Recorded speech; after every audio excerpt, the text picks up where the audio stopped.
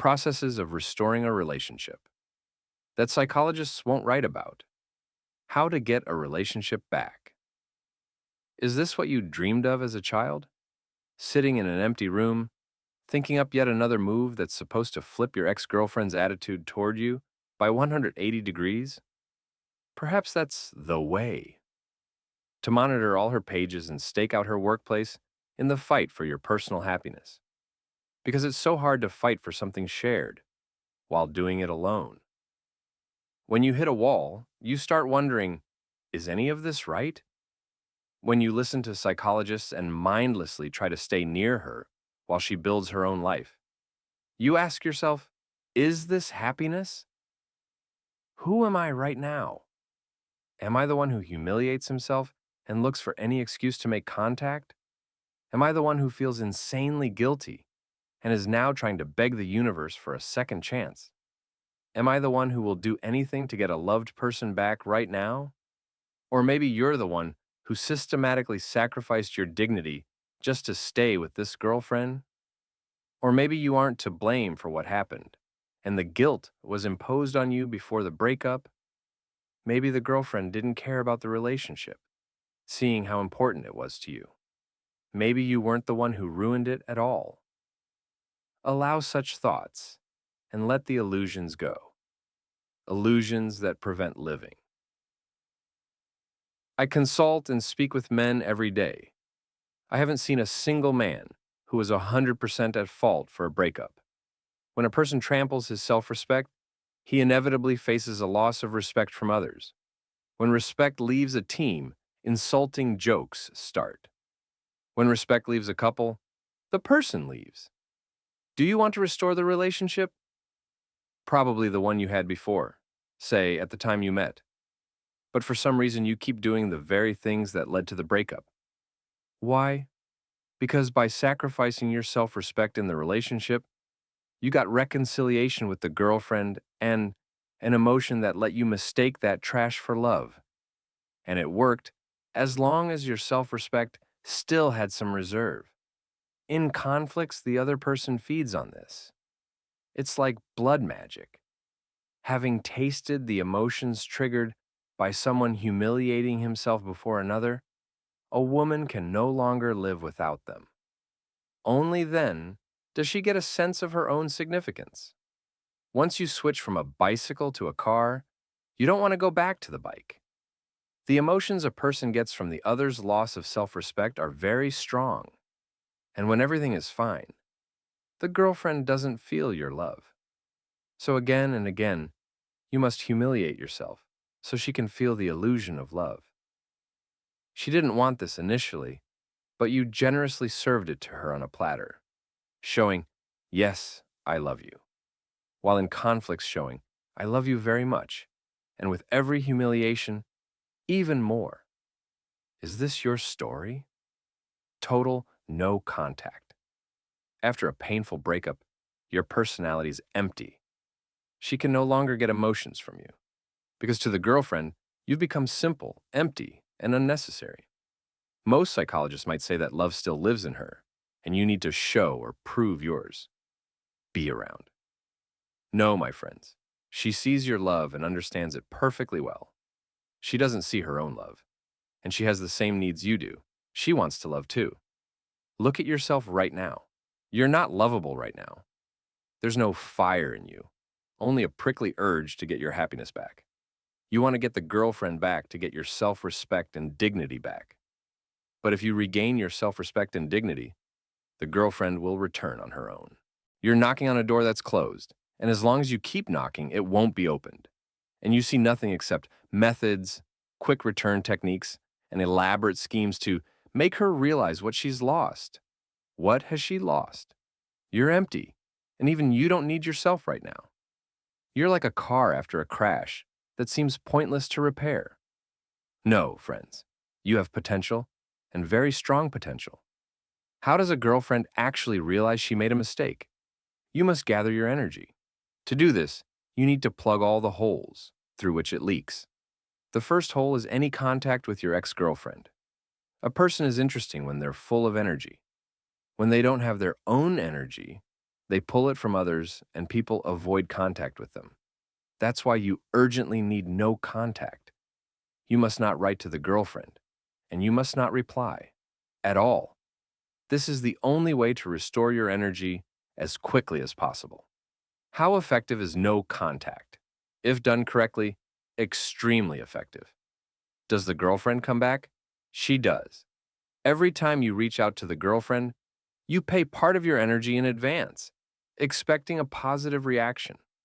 Not getting it, you remain in the same pit. This will not raise your significance. Ever. When energy appears in you, the girlfriend reaches out on her own, but if you answer, you send all you've accumulated as an energy advance because you're empty again. There are plenty of videos on this channel about breakups and restoring relationships. Watch them and this will become clear. How does dignity return?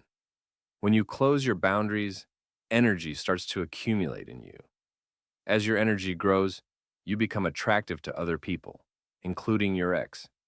Now, you manage your energy and can build internal and external supports that give you stability and confidence.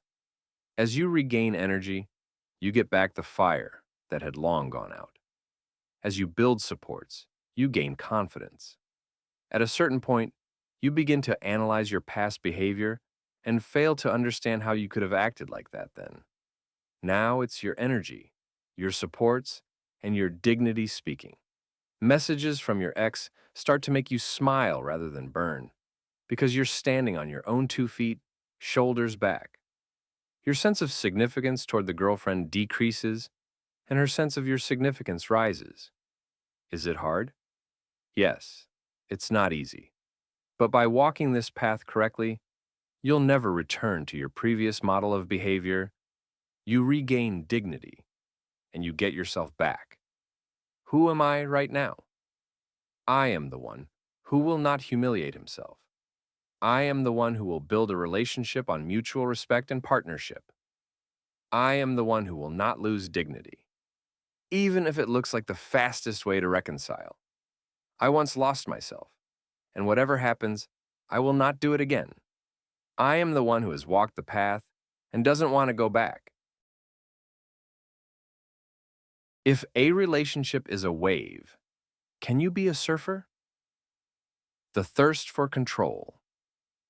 In relationships, there is a field and there are laws that govern that field. You can learn about them in previous videos and in the ones to come. The main question is, what does knowing these laws give you? And how will this knowledge set you apart from the vast majority of people for whom relationships are something opaque? Can you control a relationship? By understanding the laws that underlie human interaction, you realize the other person is just as much a participant in the process as you are. Their field dictates certain thoughts to them on the basis of which they make decisions. The field is the sum of situations that have happened to a person, are happening, and will happen. You cannot control a person, and you also cannot control their field. You should discard such thoughts right away as untenable. Any coaches and trainers who make you believe you can impose your thoughts on a person and make them their own are charlatans and con artists.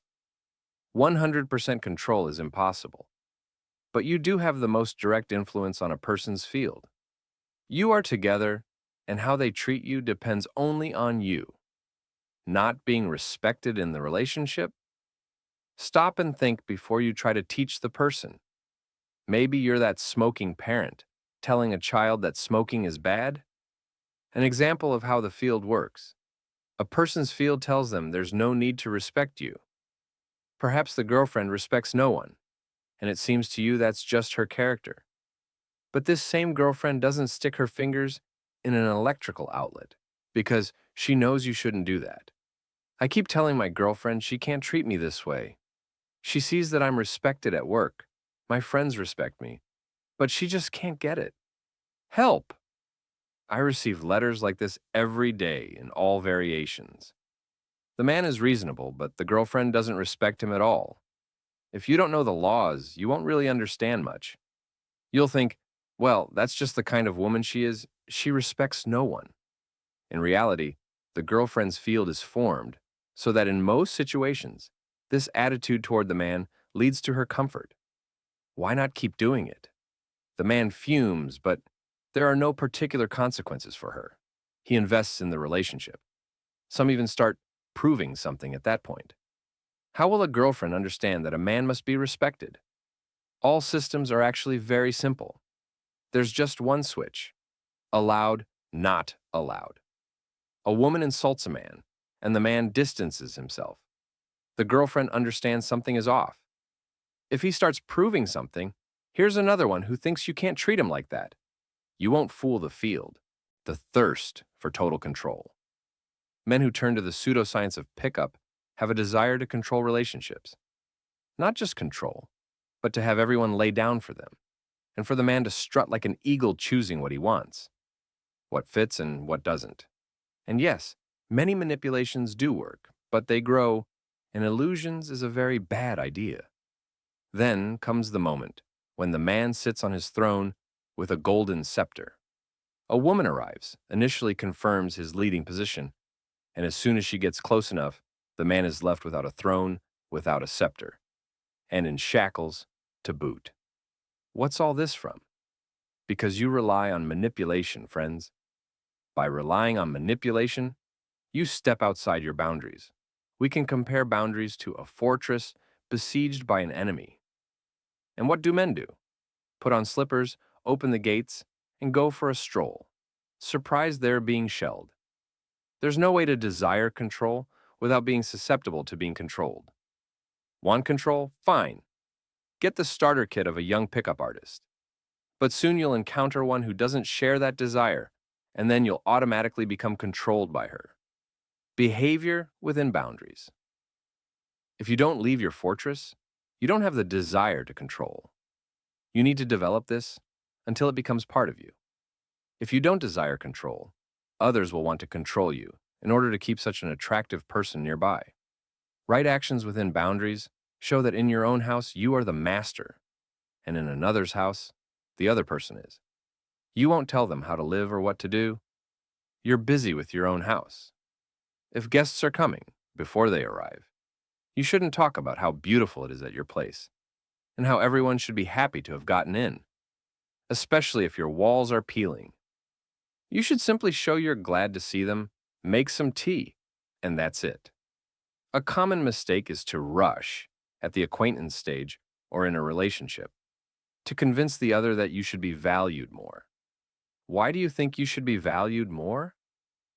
Maybe the opposite? Let the other person understand how much they want to value and respect you, and in turn, do everything you can so they like being at your place. If they didn't like it, understand that you have no right to insist that green walls must be loved and paper cups are caring for the environment. If a person didn't value you as you wanted, there's nothing wrong with that. It's their life and their thoughts, and they are certainly right in their own head. Afterward. I really like the stories of people who, after some time, managed to change their view of relationships. There are hundreds of examples I could give, but here's one. Name changed. We did a consultation with Andrew in 2019, a very reasonable and great man. But he had problems with a breakup and the desire to restore the relationship. He got the result, but along with it, he underwent wonderful changes, which I learned about just recently.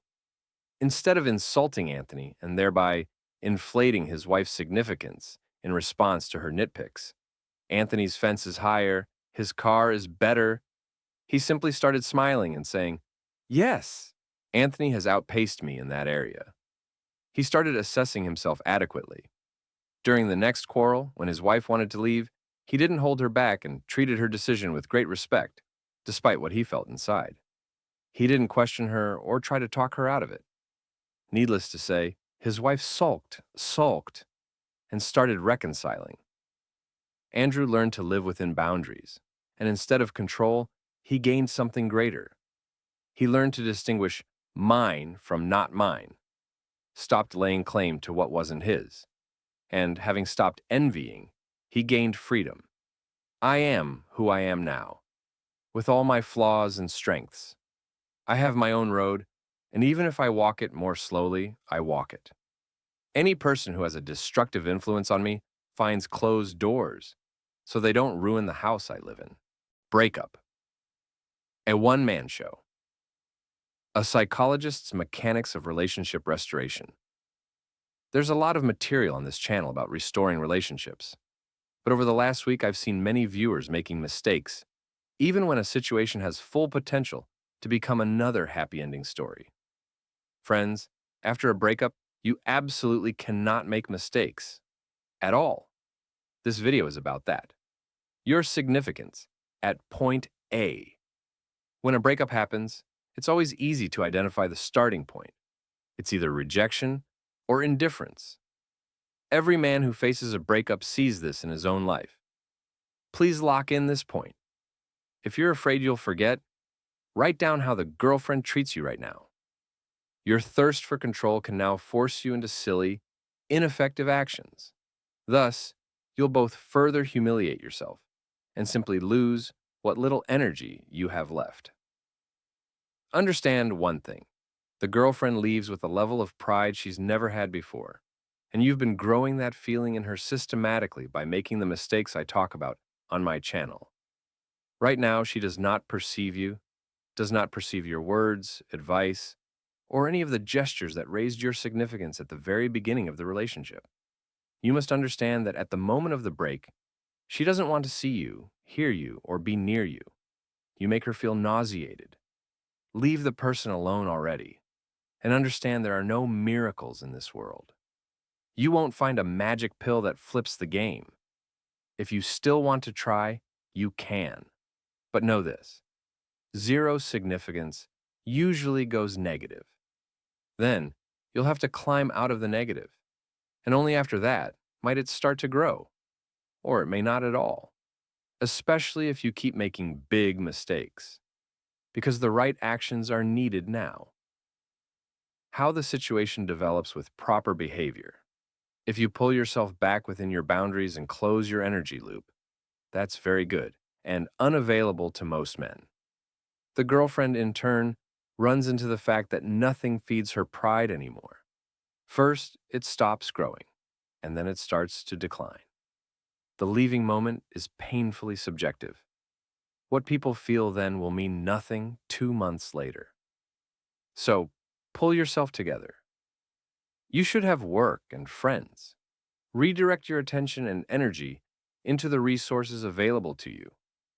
Your girlfriend is already your ex-girlfriend, and there are no more common touch points.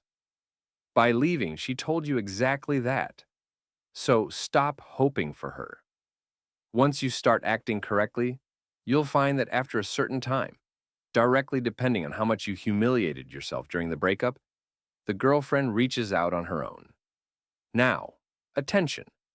Fix this moment as point B and draw a line between point A and point B. Do you see your significance to her rising, even though you're not taking active steps? The man's one-man show. I constantly get questions. The girlfriend unblocked me but isn't writing. What does it mean? The girlfriend periodically checks my page. What does it mean? The girlfriend wrote my parents and congratulated them. Why? You need to understand that after the breakup, the girlfriend isn't playing. It seems like a game to you, and you build a theater where there's only one actor, and that's you. Do something useful instead of deconstructing actions that carry no inherent meaning. You shouldn't be concerned with why and what for she's doing any of this. Could these be provocations? They could. Could it be just because? It could. Which is exactly why you shouldn't spend your energy and time analyzing these actions. You're only growing illusions that feed the ex-girlfriend's significance in your head. Want to know what happens next? The illusion of a pretty world. Next, the girlfriend will reach out with a more or less sensible proposal, and you'll relax and make every mistake possible. Why? Because the whole time you were only searching for her motives and didn't even notice how her significance in your head grew even more. And in fact, there wasn't a gram of correct action in your behavior. In the ideal scenario, after the breakup, You rebuild your inner and outer supports. And against that background, your sense of significance toward the girlfriend drops, while hers toward you rises. And when she gets in touch, she's no longer as needed by you as at the breakup. You understand you can live without her, and your world no longer collapses. Rather, it's reassembling piece by piece. You again become an attractive person. And who do you become if you keep monitoring her, trying to figure out who she's with, where she is, and what's going on in her life? You become an ordinary stalker. You drain all your energy into her, and your relationship with her becomes like your throne. Only sitting on that throne are you happy. Your resources don't recover. You don't develop the right behavioral model. Restoration becomes mere manipulation. You use ignore advice, and all you're doing is trying to manipulate a person. Why ignore? Because other manipulations aren't available to you anymore. Otherwise, you'd use them too. And you get a result. The girlfriend wants to talk to you, and maybe even offers something more. But have you considered how you look in her eyes? She knows you better than anyone else, and right now she's truly shocked. You've changed so much. How does she sense it? She simply sees correct actions on your part. But she doesn't realize that behind these actions is the same needy man. You're attractive to her only at a distance. If you're not ready to change your understanding of life and your way of interacting with people, let it remain a manipulation. Decline restoring the relationship if it's offered. Because if you agree, and nothing positive has happened in your life besides constantly tracking the girlfriend, you won't restore anything. And within a month, you'll be driven into an even deeper hole. Because you haven't changed. You've remained the same ever needy, repulsive man the girlfriend fenced herself off from in every possible way. Is there another way? Yes, there is. And I'm happy that, consulting men, many do move to a completely new level. Yes, they don't text the girlfriend. Yes, they don't reply to her trivial messages. Yes, of course. Then the girlfriend moves to action. Yes, she wants to meet. And yes, after that, she herself wants to restore the relationship. I describe all the processes in maximum detail in videos on this channel. Watch them if you want to understand the logic of natural relationship restoration, and not author methods from pseudo-experts and magicians. But what happens to the man? He no longer drags the girlfriend along. He doesn't force her and doesn't try to bend her to his point of view. The girlfriend gets freedom. She no longer sees manipulations and male hysterics. If she treats the man well, he treats her well too. If she distances herself and wants freedom, the man doesn't hold her. If the girlfriend's behavior contradicts what the man can accept, he says so. And if nothing changes, he doesn't change her behavior. He changes the girlfriend. There is no control in him, no desire to subject the girlfriend to his will. He respects her thoughts and her freedom. At that moment, he moves to a qualitatively new level, and in response, he receives open doors toward him. That's the outcome. Protecting your boundaries. In relationships, life hacks that help keep things from ending. In a breakup, have you ever wondered what makes us a whole person? How do people around you see your attractiveness? And why do they want to spend more time with you than with Playboy Anthony or Businessman Max, or the opposite? Why doesn't a person fall apart? And why does their psychological system have a certain shape? Each person is a certain vessel, and like water in a glass, takes its shape. Let's call this vessel a person's boundaries. The most interesting thing is that among everything we can't control, boundaries are quite controllable. Think about it. Why can you raise your voice at some people and ignore their requests, while for others, you'd do anything, just so the person would appreciate it? A consequence of sound boundaries is high personal significance. Significance doesn't arise from a vacuum. A vivid example is Tinder, where people first evaluate someone's physical data, and only then their behavior. From a photo alone, you can almost fall in love, but within the first hour of chatting, be completely disappointed in the person. How to visualize boundaries? I'll record a separate video to make this clearer. In the simplest terms, there is what's yours and what isn't. Boundaries are the fence that separates territories. If there's no fence, you faintly understand where yours ends and someone else's begins. A simple example. A girlfriend is texting on her phone, turning away from you. You, in turn, snatch the phone and read the messages. Do you think you're violating her boundaries? Of course you are. Why? Because you don't understand that the other person isn't shared and isn't yours. But isn't it easier to catch someone when you have evidence? Yes, of course it's easier. But you lack an understanding of boundaries. And what does that do to you? Suppose there are no boundaries between your yard and your neighbors, and strawberries grow in the beds. You roughly understand that half the beds are yours and half aren't. So, you ate all your strawberries and subconsciously start shifting the boundaries, thinking, that bush seems to still be on my side. You're full and you feel good, but there's no fence for your neighbor either. And at some point, you come out and see them burning grass on your plot. And instead of a neat lawn, you've got a huge scorched hole. And the neighbor calmly continues and brings up the strawberries. Without boundaries, you've got more room to roam. But at some point, the other person gets bored with it and steps into your territory. Without boundaries, you're defenseless against manipulation. Even if your emotional state is very stable right now, knowing the mechanisms, it's easy to knock you out of it and take everything on your territory. Protecting your own boundaries. There's a very apt law in the US worth citing here. If I discover a person on my property, I have the right to shoot them. You are your home. Your self-respect is your home. So, why do you allow people to rob and destroy it? You must understand that if your loved one systematically insults and humiliates you, that's not your loved one. That is a person who should have no access to your territory. And friends, magic!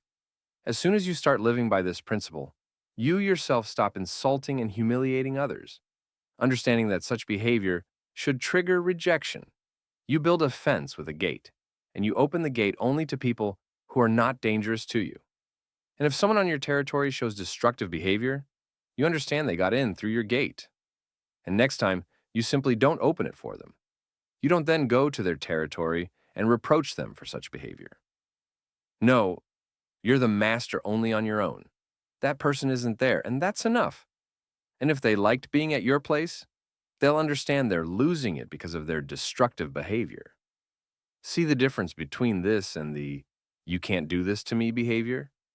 When you say, "you can't do this to me," your gate is wide open. There's a banner above it saying, "come in," and there's a lasso around the person's neck that you're using to pull them toward you. They don't feel good at your place, but you keep luring and luring. And you beat them when they're only doing everything to be released and never called back. You kick them out, then run to them, ask them not to treat you that way, put the rope back around their neck, and pull again. Breakup and boundaries. If you have clear boundaries, you won't be offered a breakup. By proposing a breakup, the girlfriend cuts the rope from her neck and shows she doesn't want it. No rope, no breakup. With the breakup, the girlfriend sets up a fence, shuts the gate, and lets the dogs loose. But if the fence is already there and no one climbs onto her territory without her consent, she doesn't need to make it monolithic. A person with boundaries versus a person with a million. And finally, who is more attractive? Of course, a person with boundaries. If an attractive girlfriend lives next to you and every day drives her car over your lawn and breaks all the flower beds, how quickly will you forget she's attractive? In a week. People with clear, proper boundaries are always attractive. This isn't pickup. If you're also interested in the topic of building boundaries, please let me know. I'll continue to mix breakup videos with other videos on boundaries and building balanced relationships. Only the breakup helped me restore the relationship and feel like a man again. There are stories with good endings that I can be endlessly proud of. You're on a channel dedicated to breakups and restoring relationships. And today I'll tell a wonderful story that wrapped up just last week. To save your time, I'll give some background about the person who came to me with his story. The man's name is Sam. He's 33, divorced his wife in order to build happiness with another woman. After a year of dating, the woman left. Below is a selection of the most interesting points. Irene wasn't in a relationship at the time. What hooked me was that time spent with her was always something unusual. Like a kid, I was happy every day and couldn't believe I could be that happy. In my marriage, I hadn't felt anything like that for about 5 years. See what I often talk about in my videos? The entry conditions into the relationship were different. The man didn't feel from his wife what he felt from this woman. And the woman? Nothing is said about her here. She wasn't in a relationship. And essentially her whole life could have revolved around fun. She felt good with Sam, and so the relationship took off. For him, it was happiness, against the backdrop of a marital crisis. For her, it was simply good. After 3 months, the first warning signs started. The girlfriend constantly went dancing at clubs with her female friends and friends. That was strange to me, since my wife never allowed herself that. I told her, and she said she doesn't allow herself anything when she's in a relationship, and that I should stop being jealous of her friends. Even after a short time, you can see the initial positions of the girlfriend and the man at entry. The man becomes insufficiently convenient because he has his own opinion. The girlfriend says bluntly, "Man, I'm not giving this up." The man interprets it as, "I love you. Please let me have some fun now and then. I'm really reasonable, and I don't need anyone." Illusions begin to appear. It would have been good to understand. My significance is quite low. She sees I don't like it, but she doesn't want to accept it. A serious fight happened when she came back from a club again, telling me how men were buying her and her girlfriend cocktails, and how each of them got into a guy's car and drove around the city. I couldn't take it and said everything I thought. On that basis, we broke up for 2 weeks. The girlfriend said she wouldn't tolerate a relationship where she's constantly suspected. 2 weeks later, I couldn't stand it and invited her to watch planes. She was cheerful, as if nothing had happened. She was very happy to see me. 2 points here that I've described many times in past videos. The man isn't behaving correctly. He's initially not okay with this, and he's very not okay with it. He endures and bottles it up. If you bottle it up, be sure it'll burst. When it bursts, your significance drops immediately. It was necessary not to grow illusions and not to tolerate it, thinking it would change. While your significance isn't high, you need to distance yourself, without offense and fights. Later, it becomes much harder. Second point, the man endured 2 weeks, and at the meeting, he sees how happy she is to see him. Yes, she is, because at a distance, her strong position decreased. That's the advantage of distance. But look at the illusions around the man. He barely survived 2 weeks, while for her, everything remained steadily good and fun. What's her sense of his significance? Fast forward. Fast forwarding the story. The fights continued, and now with each argument, the girlfriend threatened to leave. That happens because, after seeing the man 2 weeks later, she realized he can't live without her. So, to achieve her own comfort, she takes the toy from the child. Men act like this too. It's not only about women. At reconciliations, the man got a dose of self-respect from the woman. "I'm so glad we made up. I do love you." And then he began to tie his masculinity to the presence of this woman. What's her significance to him now? With this behavior, the man was inflating the woman's position. And since significance is a set of scales with two pans, he was losing his. In the end, the girlfriend was seen with another man, and when questioned, she simply said she was leaving. About a month after that, Sam and I met. Point A. The man tried to make peace, and there were even 2 attempts. On the first, the girlfriend said she was glad to see him, but wouldn't reconcile. On the second, she already felt sick of Sam. And by the way, he's a normal man. What happened next? We discussed the situation, and Sam stopped imposing himself. At first, I received messages from him every day, when he felt like he was about to break, and he wanted to sail full speed ahead, roughly twice a week. In parallel with the breakup, he started dedicating time to work. Sports, by the way, weren't in his life and didn't appear. Thankfully, his metabolism is good. 3 months passed, and in that time, he grew a lot at work. The first month was hard, so he wanted to snap. Later, a habit formed, and I got fewer messages from Sam. Irene sent me a link yesterday to an event in our city with a question mark. I didn't reply, and today she wrote, "Hello." I didn't reply. That was a month after I'd received the previous message from Sam. We talked, and he said that after that message, it got easier for him. That's the very moment when a person is not full anymore, not hungry yet, but starts looking at the food that's at a distance. The messages continued, and when the girlfriend reached the anger phase, Sam simply wrote, "You know, I don't care, even if she gets so offended she never writes again." This is the moment I often describe. With correct behavior, your significance toward the person evaporates, while theirs toward you appears. Did Sam think that if he let her go, she'd never show up again? Of course he did. Did she show up? She did. But of course she showed up, because the action needed to be completed, and the regret stage began. You know the feelings a woman experiences with an abortion? At first she doesn't need it, she's in shock. And later the child starts appearing in her dreams. And there's no escaping that. And perhaps if she had given birth, she might have hated the child her whole life, since it was done under pressure. Such stories exist. Not all, thank God. Sam met with her, and she voiced that she was ready to come back if Sam wouldn't be jealous of every lamppost. And Sam wasn't. Like most men, he was only against one thing, clubs, which he calmly said. And the girlfriend agreed. A happy ending. Do you know why the ending is happy? Because it's happy for Sam. 2 months later, the woman again asked to go dancing with a girlfriend and again came back intoxicated. Sam said he was against it, but that she could do it if she wanted. After that, he pulled back and shifted some time and energy into other areas. Then it happened a second and a third time, and Sam distanced himself more. When it happened again, Sam left the relationship because there was no significance left at all.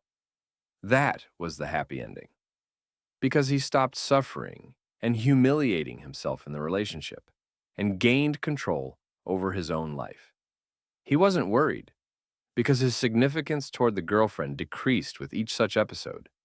And by the time of the break, it didn't matter to him anymore, as he saw that this particular girlfriend simply didn't suit him. Did the girlfriend worry? Naturally. By lowering his sense of significance toward her, he raised his significance toward himself. He didn't forbid her anything, so he didn't grow any illusions of control. Lately, she had been investing in the relationship, but she didn't hide her need for constant male attention. And if his relationship had been built on prohibitions, then of course she would eventually have started hiding it. And that story, with no good ending, would have dragged on much longer. Why does a girlfriend stop respecting a man before a breakup? What a psychologist says. I recently received a letter in which a man directly linked the drop in respect for him before the breakup solely to a drop in his significance to her. My significance fell, so she doesn't respect me anymore. Friends, significance doesn't explain everything. If we take respect and significance, significance is more like a line of credit of trust that helps forgive certain screw-ups. That is, against the backdrop of high significance, your intrusiveness can look like persistence, and your empty talk like promises and dreams. If you trace the whole course of a relationship, then initially on the background of high significance, your defects turn into your assets, calming and relaxing you. Here she is, the one who will accept me with all my nasty temper. Then the stance stabilizes, and your defects start to show, though they still look tolerable. Problems begin when you try to manifest your defect in the other person's field. For example, your manager defect. You try to impose on the girlfriend's life by forbidding her to do what she wants to do. It worked before, didn't it? But before your significance was high. Look, even the dirtiest city looks beautiful during a snowfall. That's the very high significance at the moment of infatuation. Then the snow melts, and before us is the same city again with trash scattered on the streets. Below are key defects in how they look at the moment of infatuation. 1. The manager. He's so persistent. 2. The pleader. He can't fall asleep without talking to me. So cute. 3. The prince. He has such an interesting, full life. 4. The narcissist. He's so good at choosing clothes. 5. The parent. He teaches me and I obey. He's so much like my father. Now see how everything changes when the defect becomes a defect in the relationship. The same defects, but now there's no significance toward you. 1. The manager. He constantly bosses me around and meddles in my life. 2. The pleader. I can't meet up, and he immediately gets upset. 3. The prince. He's always convinced I'm treating him wrong. 4. The narcissist. You only ever talk about yourself. 5. The parent. How can he not understand I wasn't looking for a teacher? Working on your defects. You can safely map what I'm saying onto your life and see which defect shows up. Here's the thing. At the start of a relationship, what will most likely become your defect will be cultivated by the other person, thereby encouraging you. Why does this happen? Because in infatuation, any swing toward the defect will evoke admiration, making you seem unconventional, and will be rationalized as your virtue. You need to eliminate each defect at the level of a behavioral pattern, so it doesn't show up so explicitly in the relationship. You can force yourself not to display your defect if you know what it is, but without changing your very understanding that it's bad. At some point, your blocks will drop, most likely as illusions grow, and you'll return to former behavior. The difference between two versions of you. You once raised your significance through persistence, and the girlfriend remembers that. But why is there now a man in front of her who expects total submission from her? She, of course, doesn't realize she herself nurtured the manifestation of your defect like a potted cactus. And when it grew, spines appeared, and she no longer wants to touch it. Do you see why both people are at fault in the destruction of a relationship? You're at fault for manifesting defects and provoking revulsion in the other person. The girlfriend, in turn, is at fault for encouraging such behavior at the outset. But neither you nor the girlfriend will ever fully grasp your share of blame, because you yourself see your defect as the very quality that once made the girlfriend fall in love with you. And the girlfriend simply doesn't see the link between persistence then and pestering now. So the two walk around blaming each other for everything, visualizing the defect. Respect for you is lost because you turn from a prince into a frog. And why were you a prince? Because you possessed certain attributes of princes from fairy tales or films. You were the persistent hero who rescued his princess from the confines of the ordinary.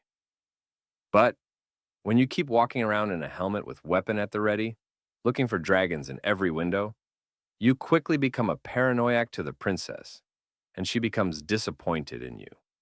You should pay attention to the possible defects I've described and find the one that manifests uncontrollably in you, understanding that the start of a relationship and the first manifestation of this defect should be the strongest, while it's still effective.